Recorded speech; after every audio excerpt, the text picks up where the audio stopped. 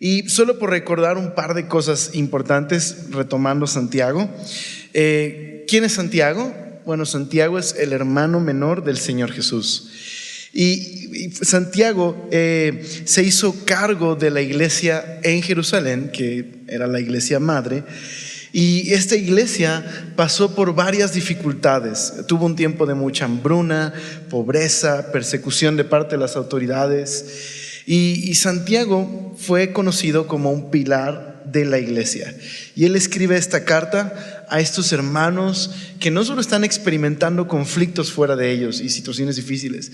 Hay un conflicto dentro de la comunidad de creyentes. Y no solo dentro de la comunidad. Santiago nos va a decir el día de hoy que el problema del conflicto no está fuera de ellos, o no son ni siquiera los miembros de la comunidad.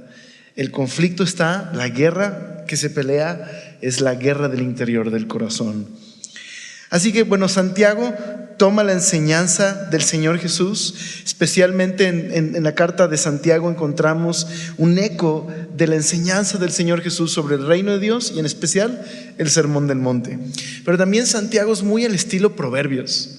Es este estilo de sabiduría del Antiguo Testamento con frases cortas, dichos cortos que podemos memorizar. Pero sobre todo, Santiago nos enseña un tema importante. ¿Cuál es su mayor preocupación de Santiago? ¿Cuál sería el propósito de esta carta? Animar a los creyentes a ser íntegros. En el capítulo 1, Santiago le dice, dice en esta carta que le escribe a ellos para que en medio de las tentaciones y las circunstancias difíciles que ellos viven, no lo vean sino como un regalo de Dios en sus vidas, un regalo por el cual Dios puede transformarles y por el cual puede hacerlos perfectos y cabales sin que les falte cosa alguna. Y esa palabra perfectos es justo la palabra íntegros. Así que, ¿cuál es el concepto de integridad?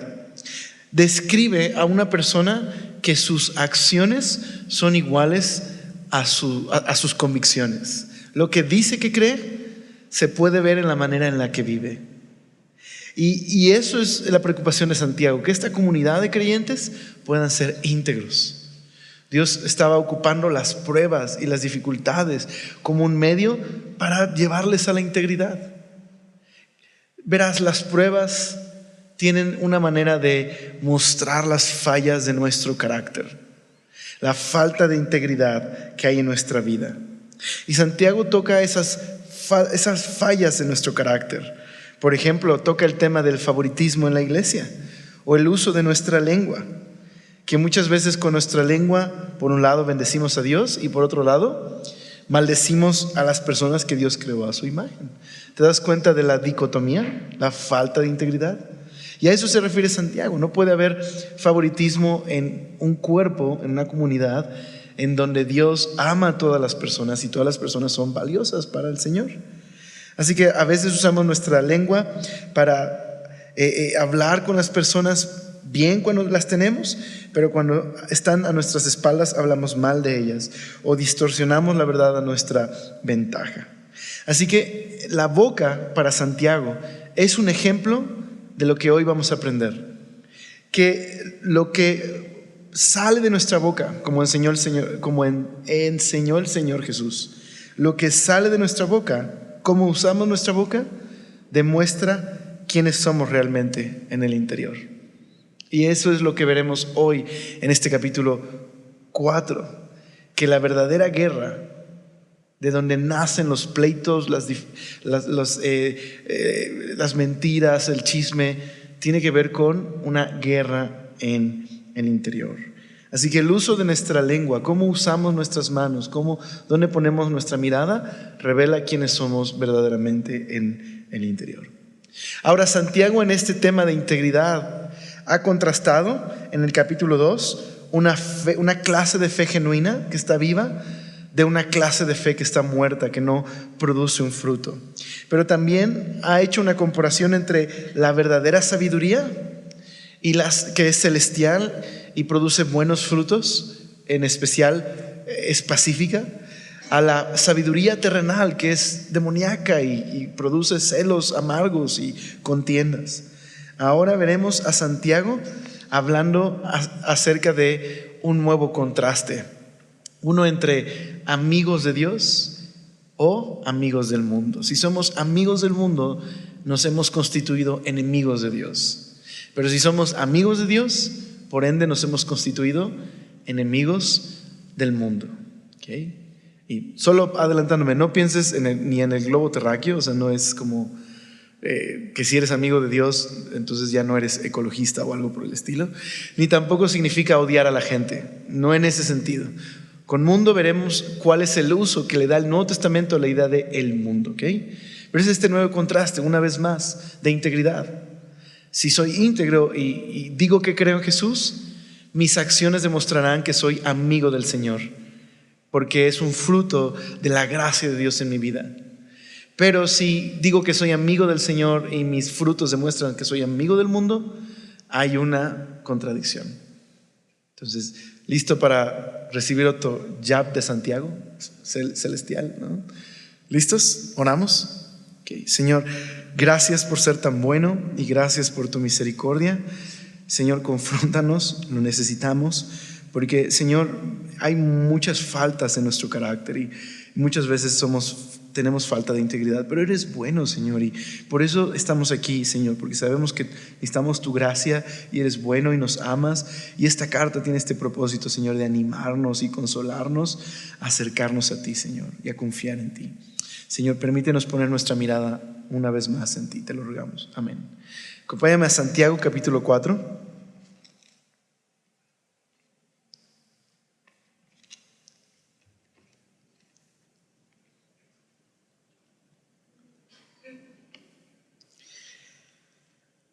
Parecería que hay un nuevo tema a partir del capítulo 4, pero realmente el capítulo 4 se extiende a partir del capítulo 3. ¿Y de qué habla el capítulo 3 en la segunda parte?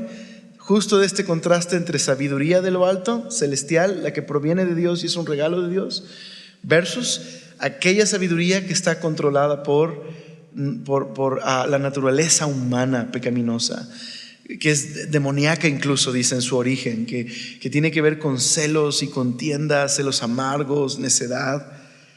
Y entonces Santiago hace una pregunta en el verso 13 del capítulo 3. ¿Quién es sabio y entendido entre ustedes? ¿Quién es una persona verdaderamente sabia que demuestra que ama a Dios y que teme a Dios y que por ese profundo respeto y reverencia a Dios, su vida está marcada por una vida de amor y obediencia a Dios? ¿Quién es sabio y entendido? Pues dice ahí, muestre por la buena conducta sus obras en sabia mansedumbre. Pero si tenéis celos amargos y contención en vuestro corazón, no os jactéis ni mintáis contra la verdad. Porque esta sabiduría, la de la tierra, la terrenal, dice, no es la que desciende de lo alto, sino la terrenal, animal, diabólica. Porque donde hay celos y contención, allí hay perturbación y toda obra perversa. Pero la sabiduría que es de lo alto es primeramente pura, después pacífica, dice amable, benigna, llena de misericordia y de buenos frutos, sin incertidumbre ni hipocresía. Y el fruto de justicia se siembra en paz para aquellos que hacen la paz. Aquellos que son pacificadores demuestran la voluntad de Dios y la justicia de Dios, que siempre ve por aquellos que son vulnerables y necesitados. Entonces, ¿qué está pasando en esta comunidad de cristianos? No sabemos qué problema hay, pero hay conflictos. Hay conflictos entre ellos. Hay necedad y celos amargos y mentiras y contiendas, pleitos.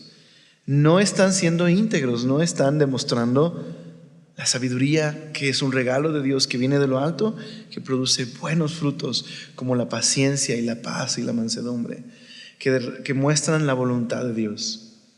Entonces ahora lo que va a hacer Santiago es un análisis. ¿Por qué hay pleitos? ¿Por qué hay celos amargos? ¿Por qué hay contiendas? ¿Por qué hay divisiones? ¿Por qué en la iglesia existen estas cosas? ¿Por qué existe en la iglesia rivalidades, celos, mentiras, amargura? ¿Por qué en un matrimonio, en casa, hay celos, mentiras, amargura. ¿Por qué existen estas cosas? ¿De dónde provienen estas cosas? Muchas veces pensamos que estas batallas están fuera de nosotros, son provocadas por otros externos a nosotros mismos. Pero entonces Santiago hace un análisis. Dice el verso 1 del capítulo 4: ¿de dónde vienen las guerras y los pleitos entre vosotros? ¿Notaste el paralelo con la pregunta del capítulo 3? Por eso está conectado el tema. Dice: ¿no es de vuestras pasiones las cuales combaten en qué lugar? En vuestros miembros.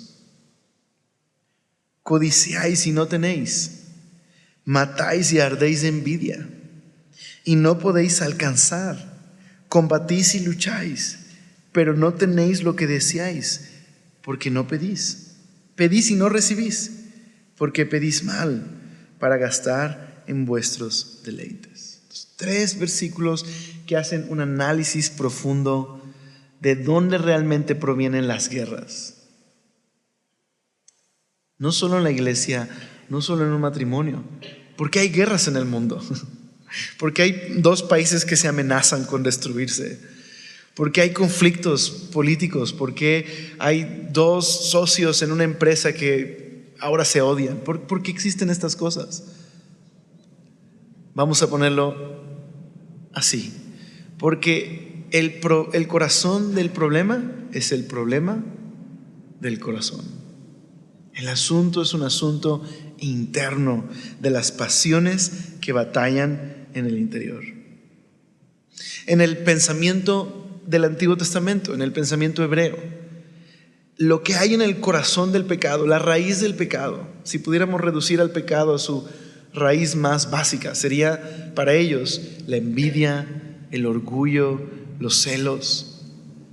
De esas actitudes se derivan todos los demás pecados. De ahí se producen dice Santiago aquí en especial, dicen los homicidios incluso,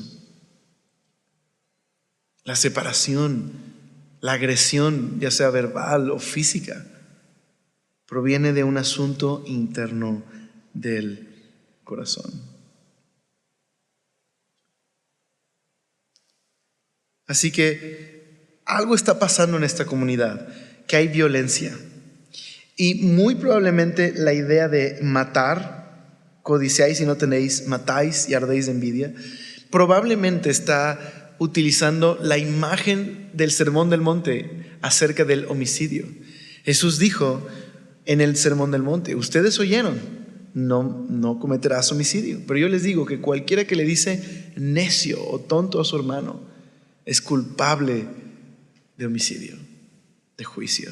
Es decir, ¿qué hace el llamar a alguien necio? Es reducirlo a algo menos que aquello que Dios le ha otorgado como criatura e imagen de Dios. Es denigrar esa identidad que Dios le ha dado como imagen de Dios. Y por lo tanto es una especie, una clase de homicidio, de atentar contra su identidad que Dios le ha dado. Así que esto nos hace pensar en algo interesante. Muchas veces cuando tenemos un problema, cuando tenemos un momento de discusión, solemos hacer esto en el momento en el que explotamos o actuamos con ira. Solemos decir: es que perdóname, pero tú me provocas. Tú me haces enojar. Si no hicieras lo que haces, no me enojaría tanto. Bueno, Santiago dice: te enojas porque las pasiones batallan en tus miembros. Te enojas porque tienes un corazón roto por una condición de pecado.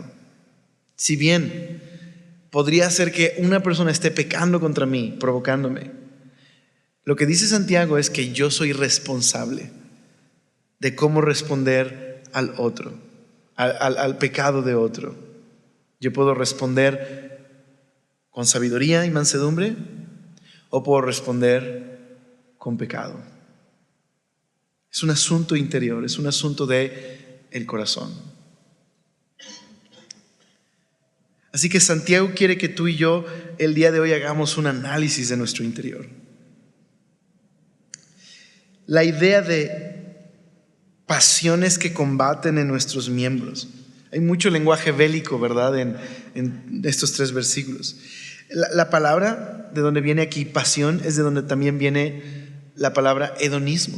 Entonces, muy probablemente lo que está diciendo Santiago es que estas pasiones tienen que ver con placer pecaminoso o con ambiciones egoístas. Es decir, otra vez, ¿de dónde salen todos los pecados? De una ambición egoísta, es decir, de redefinir el bien y el mal a mi conveniencia, de mi orgullo, de pensar que yo tengo un derecho mayor que otros, que yo merezco y por lo tanto tomaré algo que no es mío, o lo tomaré fuera del tiempo. Tiene que ver con esa envidia, con desear más de lo que tengo o desear lo que el otro tiene. No estar satisfecho. Orgullo, considerar que merezco algo. De ahí, de ese corazón roto y dominado por el orgullo, es de donde vienen los pleitos, la ira, la violencia en el matrimonio, en la familia, en la iglesia, en los conflictos políticos entre 2 naciones que se declaran la guerra. Es la misma raíz. Proviene de la guerra en el interior del corazón humano. Dice un comentarista bíblico, Santiago nos ofrece un acertadísimo análisis del conflicto humano, la causa de los problemas como la discusión entre personas, la violencia verbal o los conflictos nacionales tienen el mismo origen: el egoísmo que nos lleva a querer más de lo que tenemos, envidiar a los demás y a codiciar lo que otros tienen, ya sea posesiones o posiciones o cualquier otra cosa. De ahí proviene el pecado, de este deseo no sano de querer satisfacerme, de pensar en mí y pensar que entonces yo soy más importante. ¿Qué va a provocar esta ambición personal? Voy a reinterpretar la vida de manera que veré a las personas como objetos, medios para conseguir algo. Y entonces usaré medios de sabiduría terrenal, como los celos amargos y la necedad y la discusión, la violencia verbal o física, para obtener algo, para obtener lo que quiero. Entonces consideremos hoy, esta noche, el problema, el corazón del problema es el problema del corazón. Dice el pastor Paul Tripp en un libro acerca de consejería bíblica, toca este pasaje y dice: ¿por qué necesitamos consejería? En primer lugar, ¿por qué el día de hoy? ¿Por qué hay un ministerio de consejería en la iglesia? ¿Por qué existe la necesidad de consejería? Porque vivimos en un mundo caído y roto, donde existe el pecado y el dolor y el sufrimiento, con personas rotas que son egoístas y que redefinen el bien y el mal a expensas de otros. Todo el tiempo hacemos eso. Y que contribuimos a este mundo caído, a su violencia y arrogancia y orgullo. Y dice él, ¿por qué necesitamos consejería? Porque vivimos en un mundo caído. Entonces imagínate, en el matrimonio, una familia, tenemos a 2 mini reyes, o incluyendo hijos, ¿no? 3 mini reyes, y si tienes gatos, agrega otros mini reyes, porque los perros son muy lindos y amables, pero los gatos te dejan quererlos, ¿verdad? Y se vuelven, te dan permiso de vivir en tu casa, ¿verdad?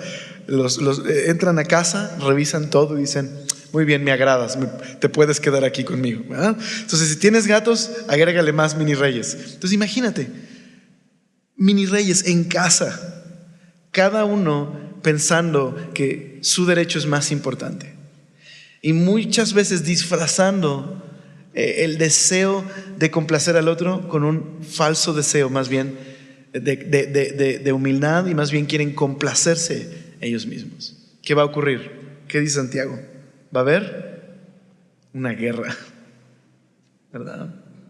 Simplemente el día de hoy seamos honestos en cuanto a nuestra condición humana y nuestra casa. Dime si no. Seamos honestos. La mayoría de problemas que hay en casa tienen que ver con esto, con egoísmo y orgullo y envidia y celos y pensar que yo tengo derecho más que los demás. Entonces tenemos un corazón roto. Por eso, esto es tan diferente a la psicología humanista. ¿Okay? La psicología humanista tiene buenos puntos, tiene cosas interesantes, pero falla en algo muy importante, fundamental. ¿Y en qué es? En que desde la posición de la psicología humanista, las personas somos reactores, reaccionamos a nuestro entorno, no somos responsables. Pero en la Biblia, si bien no puedo controlar muchos aspectos de mi entorno, sí soy responsable de cómo respondo a las circunstancias en las que vivo, a mi casa, a las relaciones interpersonales cercanas a mí. Soy responsable delante de Dios y delante de los demás. Soy responsable de cómo respondo a la bendición o al pecado de otros hacia mí. Soy responsable. Y de acuerdo a Santiago, las guerras provienen del corazón y de un corazón orgulloso y egoísta.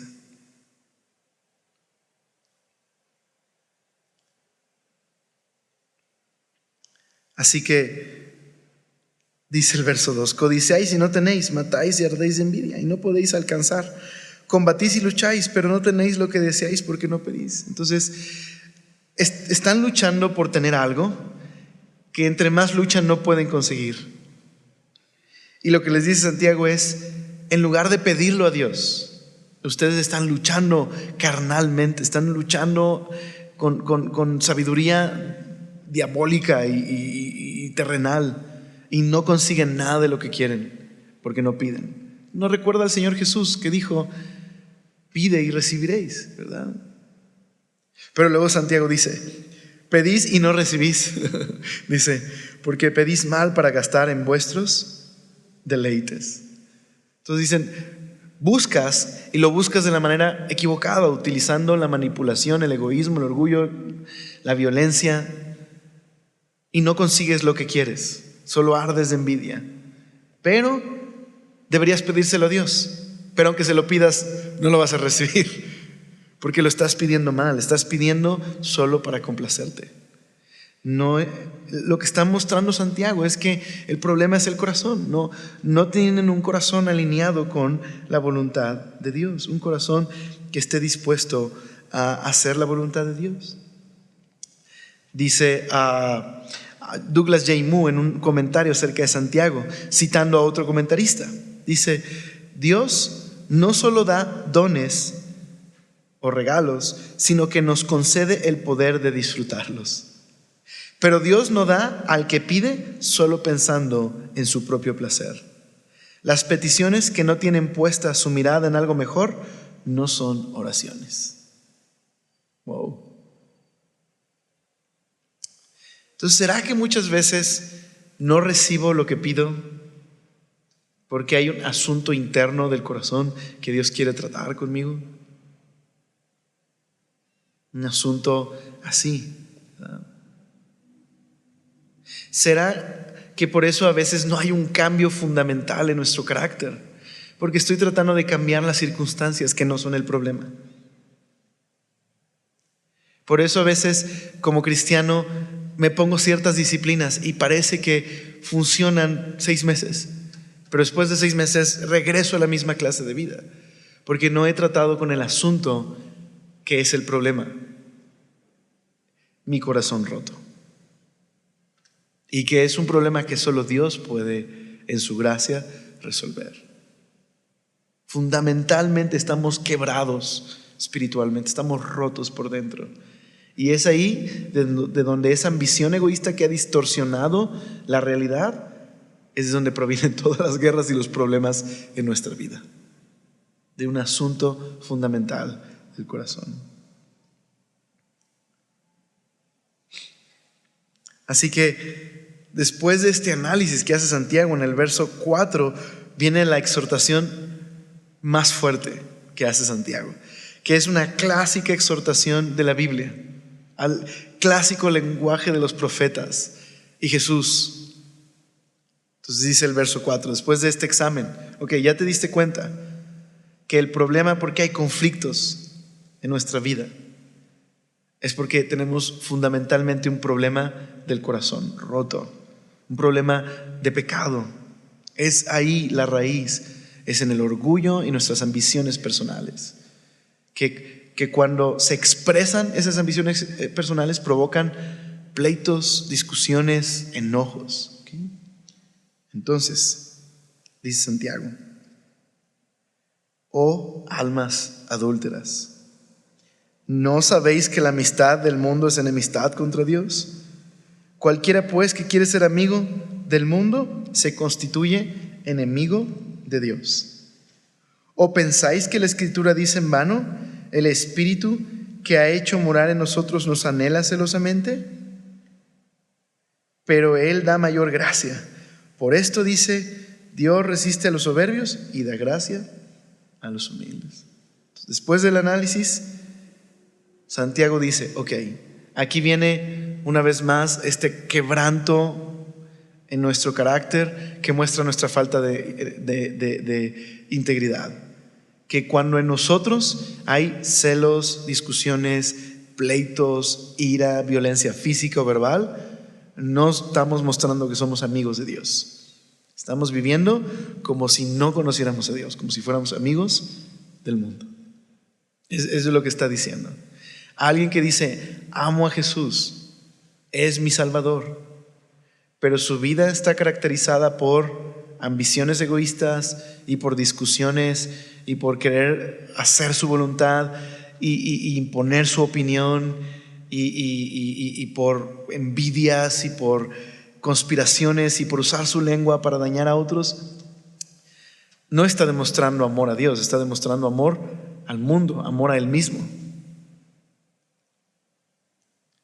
Así que examinémonos el día de hoy nuestro corazón. ¿A quién estamos dando nuestra amistad? Ahora, nosotros tenemos un concepto de amistad muy pobre, por lo menos los jóvenes tenemos de pronto un concepto de amistad muy pobre, ¿no? Esto es de una época muy, ya no es del día de hoy, pero es de mi época, no es tan atrás, pero por lo menos ya pasó. Pero en la escuela, no sé quiénes se van a identificar con esto, pero ¿te acuerdas del pégalas y córtalas? ¿Alguien le tocó sufrir el que las cortaran contigo? ¿Sí? Algunos. Bueno, pero digo, es la primaria, eres un niño, no tomas las cosas en serio, ¿verdad? Pero literal, un día pégalas, somos amigos, ¿no? Y algo estaba mal y el niño estaba indignado, llorando, ¿no? Córtalas, ¿no? Así como, era muy profundo, cortarlas. Pero sabes, pero de pronto la palabra amistad es muy así, como que nuestra cultura es muy de dejar amistades fácilmente y de córtalas y pégalas, ¿ok? Pero en el mundo antiguo la idea de amistad era muy, muy profunda. Tenía que ver con mucha intimidad, incluso con la idea de un pacto, no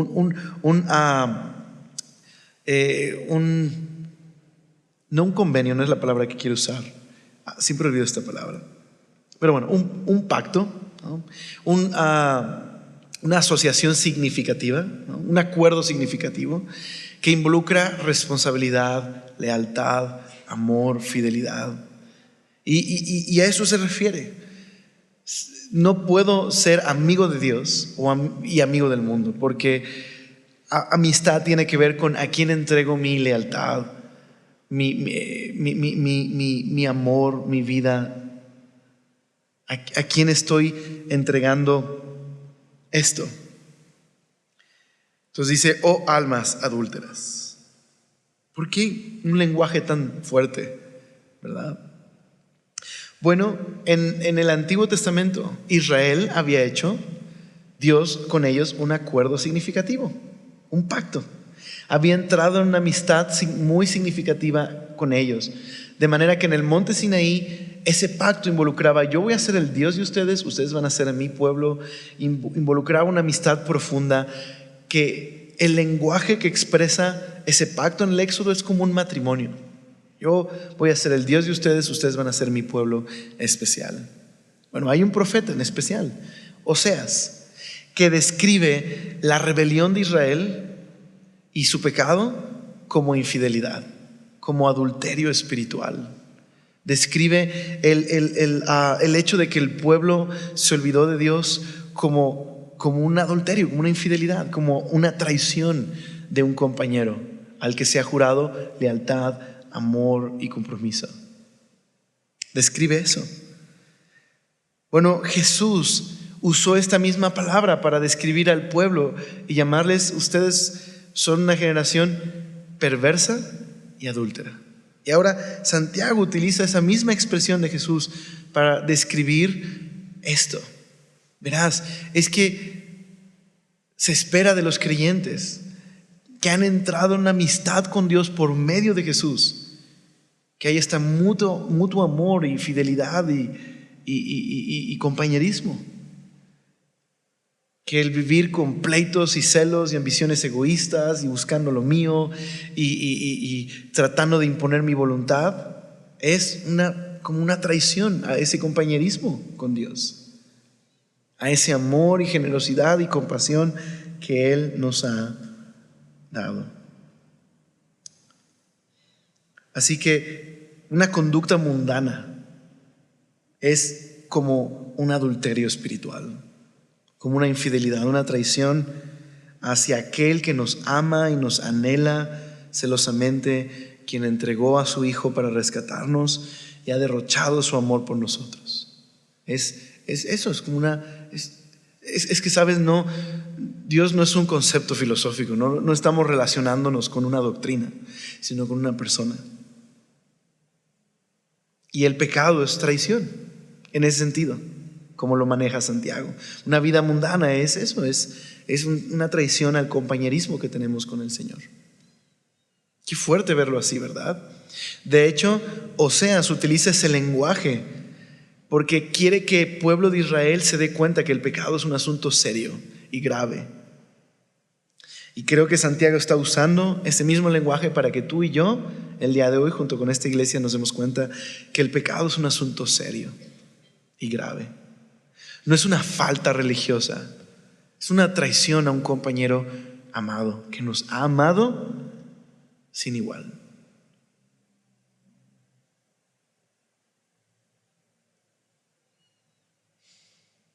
Entonces, permite que eso aterrice en tu corazón. Fundamentalmente el pecado es un asunto del corazón, del egoísmo, del orgullo. De ahí nacen las guerras, los pleitos y los conflictos. Y vivir así, vivir discriminando a otros en la iglesia, hablando mal a espalda de los demás, teniendo envidiando o su posición o sus posesiones, habiendo rivalidad en nuestro corazón, habiendo pasiones destructivas, usando nuestra lengua para lastimar, es amistad con el mundo. Es comprometernos con un sistema de valores e ideas contrarias a Dios y su voluntad, opuestas a Dios y su voluntad.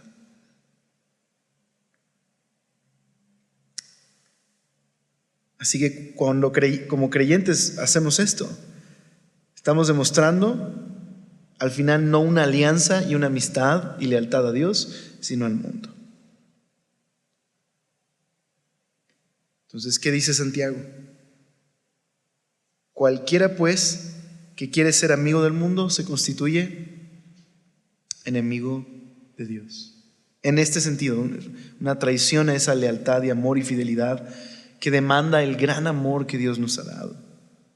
Y entonces dice el verso 5, miren este contexto: ¿o pensáis que las Escrituras dicen en vano, el Espíritu que Él ha hecho morar en nosotros nos anhela celosamente?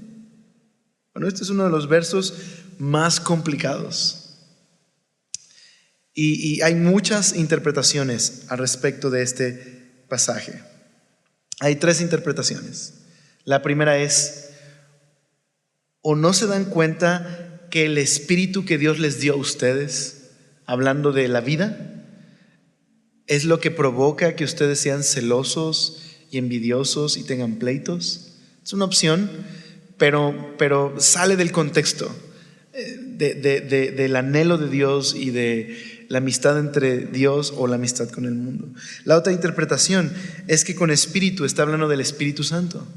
¿O no se dan cuenta que el Espíritu de Dios que Él ha colocado en ustedes, que Él les ha dado su Espíritu, los anhela celosamente? ¿No? Y eso podría ser porque encaja en el contexto de un esposo celoso. Ahora recuerda, aquí hay un contraste. Por un lado habla de los celos amargos que provienen de este celo terrenal, ¿verdad? De esta ambición personal y egoísta. Y esos son negativos en ese sentido, ¿no? Son pecaminosos. Pero ahora está hablando del celo de Dios. ¿Cuál es la diferencia? Que el celo humano regularmente está contaminado por la ambición personal. Pero el celo de Dios, o un celo genuino, es aquel que se dirige hacia el bienestar de la persona.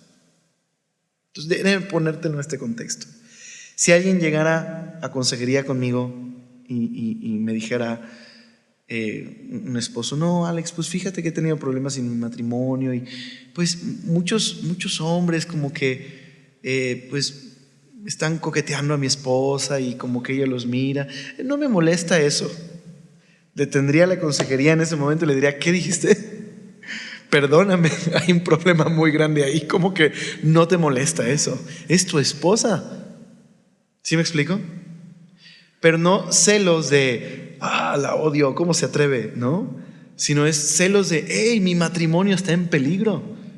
No voy a permitir que algo destruya la vida de mi esposa y mi matrimonio. ¿Te das cuenta de la diferencia? Unos están movidos por el orgullo herido. ¿Quién se cree? ¿No? Por despecho, por decirlo así.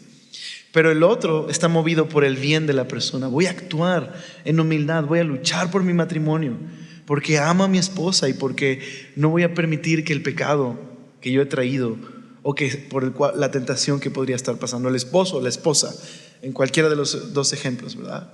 ¿Sí me explico? O en el caso de un padre que se siente celoso porque su hijo está con sus amigos adolescentes y no respeta y cuida a su familia, no respeta a su padre.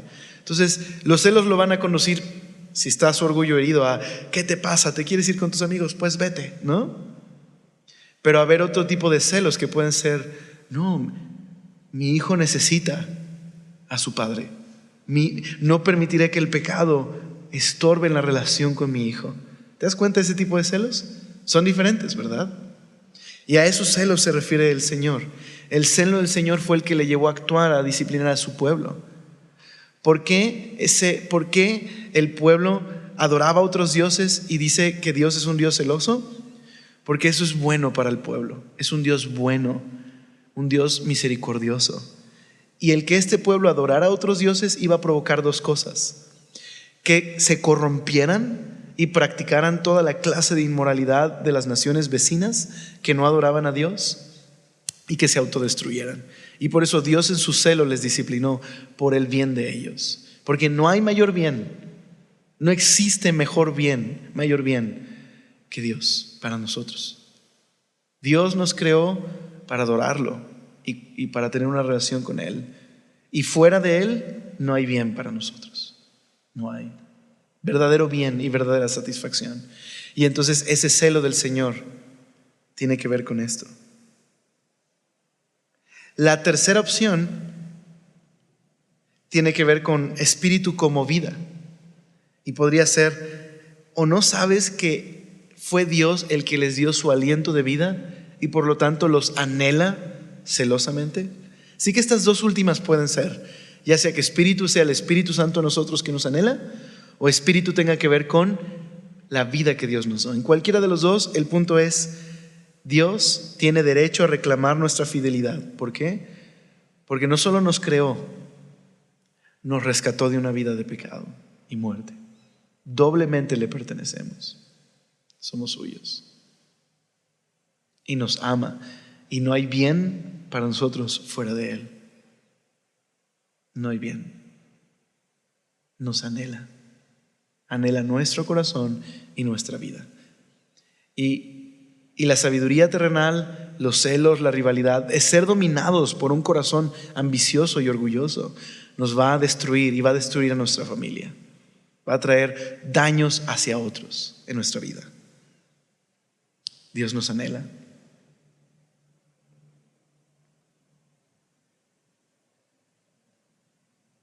Pero mira el verso 6. Pero Él da mayor gracia. Por esto, dice, Dios resiste a los soberbios y da gracia a los humildes. Así que, Dios me anhela. Él me ha dado vida. Él es digno de que yo esté amándole a Él y sirviéndole a Él. Ahora, ¿lo que nos mueve entonces a amarle y servirle es miedo? No, sino su celo y su amor por nosotros. Y aún más, su gracia. Su gracia es la que nos mueve.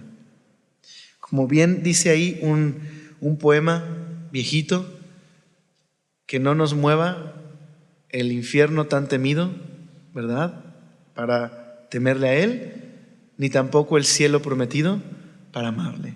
Que nos mueva su cruz, ¿verdad? ¿Qué nos mueve entonces? ¿Qué nos conmueve por dentro?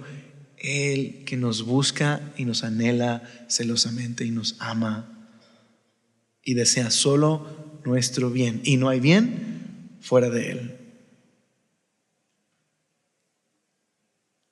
Él anhela nuestro bien. No siempre nuestro bien significa una vida sin problemas, pero Él anhela nuestro bien y nos ama.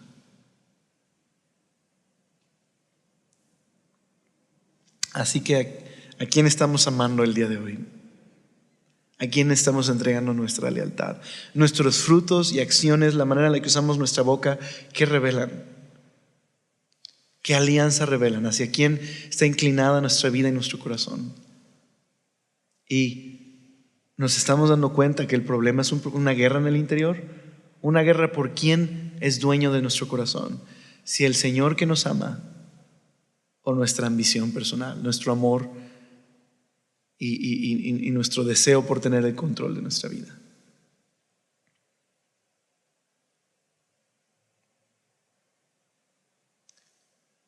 Si el Señor es dueño de nuestro corazón, como fruto lo que se va a producir es la sabiduría de lo alto, paz y mansedumbre y paciencia, frutos buenos de carácter. Pero si lo que nos domina es, y es muy sutil, ¿verdad? Muy sutil, pero si lo que nos domina es el orgullo y la ambición personal, vamos a traer conflictos a nuestro alrededor todo el tiempo. Y el problema es que vamos a echarle la culpa a otros. Si tú no fueras así, si tú me dieras esto, si yo tuviera esto, pero es un problema del corazón. Pero Dios da mayor gracia. ¿Pero a quiénes? Dice, Dios resiste a los soberbios y da gracia ¿a quiénes? A los humildes. Su gracia, su amor están disponibles. ¿Su gracia para qué? Para que yo pueda serle fiel a Él, para que mi amistad y mi lealtad y mi amor solo sean para Él. Él puede ayudarme y transformar mi carácter y mi corazón. Pero hay un requisito: reconocer mi quebranto espiritual, ser humildes. Si creo que no necesito ayuda, si creo que estoy bien, voy a encontrarme con un problema. Dios resiste a los soberbios. Pero si puedo acercarme reconociendo, Señor, no es mi esposa, no son mis hijos, no son mis compañeros de trabajo, no es mi iglesia, no es Donald Trump, ni el presidente. ¿Sí me explico? No es Lady Gaga, ni el América. Bueno, quizás el América puede ser. No, no es cierto. ¿Sí me explico? El problema es que estoy roto por dentro, que soy un pecador y que soy tan roto que no me doy cuenta de lo roto que estoy y de las fallas en mi carácter y las faltas de integridad. Necesito, Señor, que tú me rescates cada día y me des gracia. Entonces Dios da mayor gracia. Entonces, ¿qué hacemos? El texto termina así. Son como varias instrucciones contenidas bajo un llamado. ¿Okay? El llamado es este: someteos pues a Dios. Someteos a Dios. Significa, pónganse bajo la mano poderosa, justa, bondadosa y misericordiosa de Dios. Pónganse bajo su reinado. Estén dispuestos a admitir su necesidad y sujétense al buen Dios que los ama y les ha rescatado por gracia. Pónganse bajo su señorío, rindan su voluntad a Él. Ahora, ¿cómo se ve este llamado a someterme a Dios? A ponerme bajo su autoridad, su cuidado, su amor, a dejar de tratar la ilusión de ser mi propio Dios y controlar mi vida y estar bajo mis fuerzas, y más bien simplemente confiar en un Dios bueno que nos ama, ponerme bajo su cuidado. ¿Cómo se ve eso? Pues dice, ahí vienen las instrucciones. ¿Cómo se ve? ¿Qué incluye someterme a Dios? Número 1, resistir al diablo y huirá de vosotros. Así que someterme a Dios y colocarme bajo su autoridad es al mismo tiempo negarme firmemente a seguir la voluntad del diablo. Ahora, la palabra diablo tiene que ver con, o Satán incluso, la otra palabra, tiene que ver con el escarnecedor o el contrario. Y es que detrás del egoísmo y las ambiciones de estos creyentes que están fallando hay algo más, ¿sabes? Que simplemente malentendidos, ¿verdad? Está obrando Satanás a través y por medio del egoísmo y el orgullo de las personas. El adversario, el contrario. ¿Okay? Entonces, esto es muy fuerte, porque ¿qué está diciendo Santiago? Que cuando uso mi boca para criticar a otros, cuando hago favoritismo, cuando denigro la imagen de Dios en otro, estoy haciendo lo que hace el Satán, el adversario, el contrario, que su deseo es separar al hombre de Dios. ¿No? Entonces es muy fuerte decirlo y es muy fuerte reconocerlo, pero tengo que reconocer esto cuando alguno de nosotros, mi preciosa y querida familia, cuando estamos en casa usando nuestra lengua para herir a otros, cuando es nuestra ambición personal la que nos está dominando, estamos siendo ministros de Satanás, no cristianos que reflejan una alianza con Dios. Estamos haciendo la chamba de Satanás. Qué fuerte, ¿verdad? Es muy fuerte. Pero otra vez, esta imagen gráfica que Santiago quiere que veamos, que el pecado es un asunto serio, que destruye y divide y no ¿recuerdas?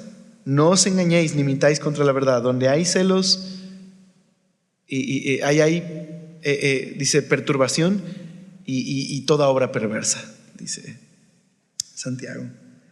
Así que por un lado, someterme a Dios es confiar en Él, es resistir al diablo. Él huirá entonces de vosotros. Luego dice el 8, acercaos a Dios y Él se acercará a vosotros. ¿Okay? Entonces, renovar nuestra relación con Dios. Someterme a Dios significa abandonar el pecado, dar la espalda al pecado para ir hacia Dios, para dirigirme hacia Dios. Vuélvanse a Él, acérquense a Él, Él se acercará a ustedes. Es darle la espalda al pecado, ser radical en ese sentido de no voy a permitir más que el pecado gobierne mi lengua y mis pensamientos, y que mi ambición personal traiga conflictos y amargura en mi vida. Voy a volverme a Dios y someterme a aquel que me ama y me da la gracia necesaria para decir no al pecado y resistir al diablo. Y entonces dice, acercaos a Dios y Él se acercará a vosotros. Y dice, pecadores, limpiad las manos, y vosotros los de doble ánimo, los que no son íntegros, purificad vuestros corazones. Algo muy del Antiguo Testamento otra vez. Aquí Santiago está tirando sabiduría y enseñanza muy al estilo del Antiguo Testamento. Así que dice un comentarista bíblico, los lectores de Santiago son culpables de este doble ánimo. Actúan con envidia y su egoísmo es típico del mundo. No ponen en práctica lo que oyen y predican. No usan su lengua como deberían. Luchan entre ellos. Tienen que arrepentirse de ese comportamiento exterior, limpiar sus manos, que es símbolo de arrepentimiento, pero sobre todo tienen que limpiar lo que es culpable, que es la actitud interior. ¿Notaste? Purificad. ¿Cuál es la fuente? Otra vez, purificad vuestros corazones. La fuente de esta conducta, la fuente es, otra vez, el corazón. Por eso la fe cristiana no tiene que ver con cambiar tu conducta. Eso podrías tratar de hacerlo sin venir a Jesús. Pero lo que hace Jesús y nadie puede hacer es sanar un corazón roto por el pecado, limpiar un corazón que está entregado al pecado. Y eso es lo que hace superior al evangelio de cualquier método, fórmula para cambiar la conducta. Que nunca es un problema de conducta, es un problema del corazón. Y luego dice el verso 9, afligíos y lamentad y llorad. Se nos hace tan anti nuestra cultura oír esto.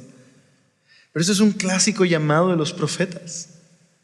El profeta Joel le dijo a un pueblo que una de sus prácticas, cuando había una situación de dolor como un funeral o una situación de aflicción, lo que hacían era romper sus ropas o ponerse ropas como lúgubres y poner ceniza en su cabeza.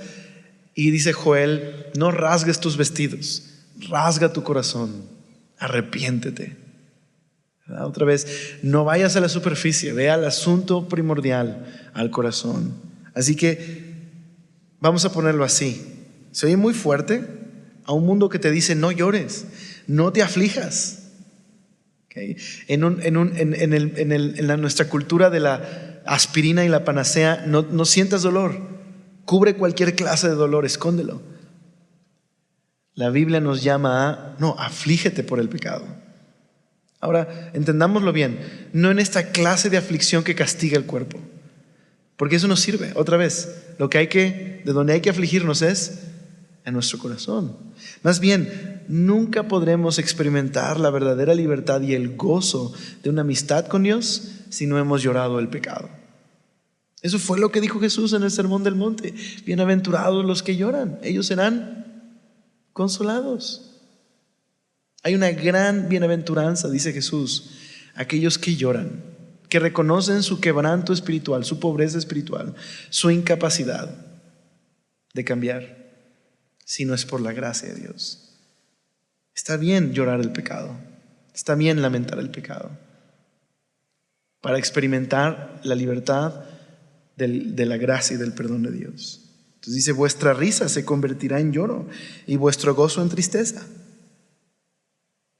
Humillaos delante del Señor y Él os exaltará. Entonces mira cómo Santiago cierra esta instrucción final. Someteos a Dios y luego humillaos delante del Señor y Él nos exaltará. Entonces recuerda, al soberbio Dios lo resiste, pero el que se humilla será exaltado. Así que el verdadero gozo, solo cuando enfrentamos la dura realidad de nuestro pecado y con humildad venimos al Señor y permitimos que su Espíritu nos transforme, vamos a experimentar en verdad libertad y gozo de saber que Dios nos ama y que Él no está midiendo nuestra conducta, sino que Él quiere transformar nuestro corazón. Así que ¿Amistad con Dios o amistad con el mundo? ¿De dónde vienen los conflictos y las guerras entre nosotros? Del corazón. ¿Por qué no tomas un momento para orar? Pídele al Señor que te muestre tu corazón. Examina tu corazón delante del Señor. Toma un momento, cierra tus ojos, ora al Señor, pídele que abra tu entendimiento, que te muestre tu corazón.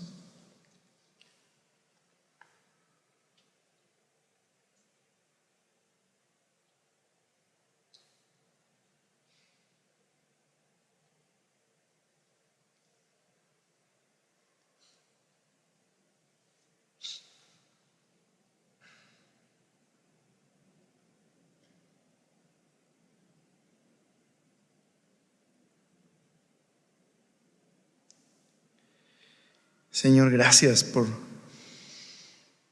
animarnos a través de esta enseñanza. Señor, ayúdanos a vernos en estos términos que nos presenta la Biblia, a tener una visión bíblica de quiénes somos, Señor. Y muéstranos, Señor, el día de hoy, recuérdanos que estamos rotos, Señor, que necesitamos tu gracia y que la realidad de por qué hay guerras y conflictos y celos y envidias es que nuestro corazón está roto, Señor. Solamente tú nos puedes transformar. Permítenos con humildad acercarnos a ti, rogarte, Señor, que tú nos transformes día con día, Señor. Gracias porque hay gracia suficiente para todos. Gracia para cada día, Señor. Porque es tu deseo, Señor. Tú nos anhelas celosamente, nos amas, nos has dado la vida, Señor, y nos rescataste para hacernos tuyos, Señor. Perdónanos cuando nuestras acciones demuestran no un amor y una amistad contigo, Señor, sino con el mundo. Nos arrepentimos, Señor.